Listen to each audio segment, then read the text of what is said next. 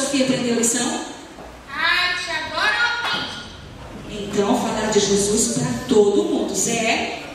Também aprendi, tia. Que legal, porque hoje vocês não deram um bom testemunho para as crianças, não é? Então, a partir de hoje, ó, ler mais a Bíblia, orar mais, falar de Jesus para as pessoas vai ser um bom exemplo. Dá tchau para as crianças agora, Sofia. Dá tchau para as crianças, Sofia, obediência. Tchau, criança. Dá tchau para os adultos também.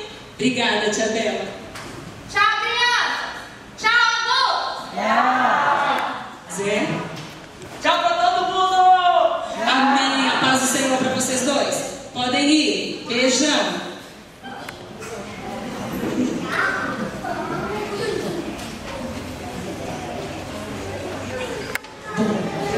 Agora eu vou pegar aqui para nós a nossa história desta noite. Quem gosta de ouvir história?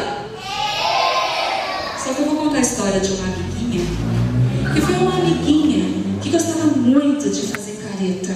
Quem aqui faz careta? Ficou gostando de fazer careta? Então nós vamos ouvir essa história, que essa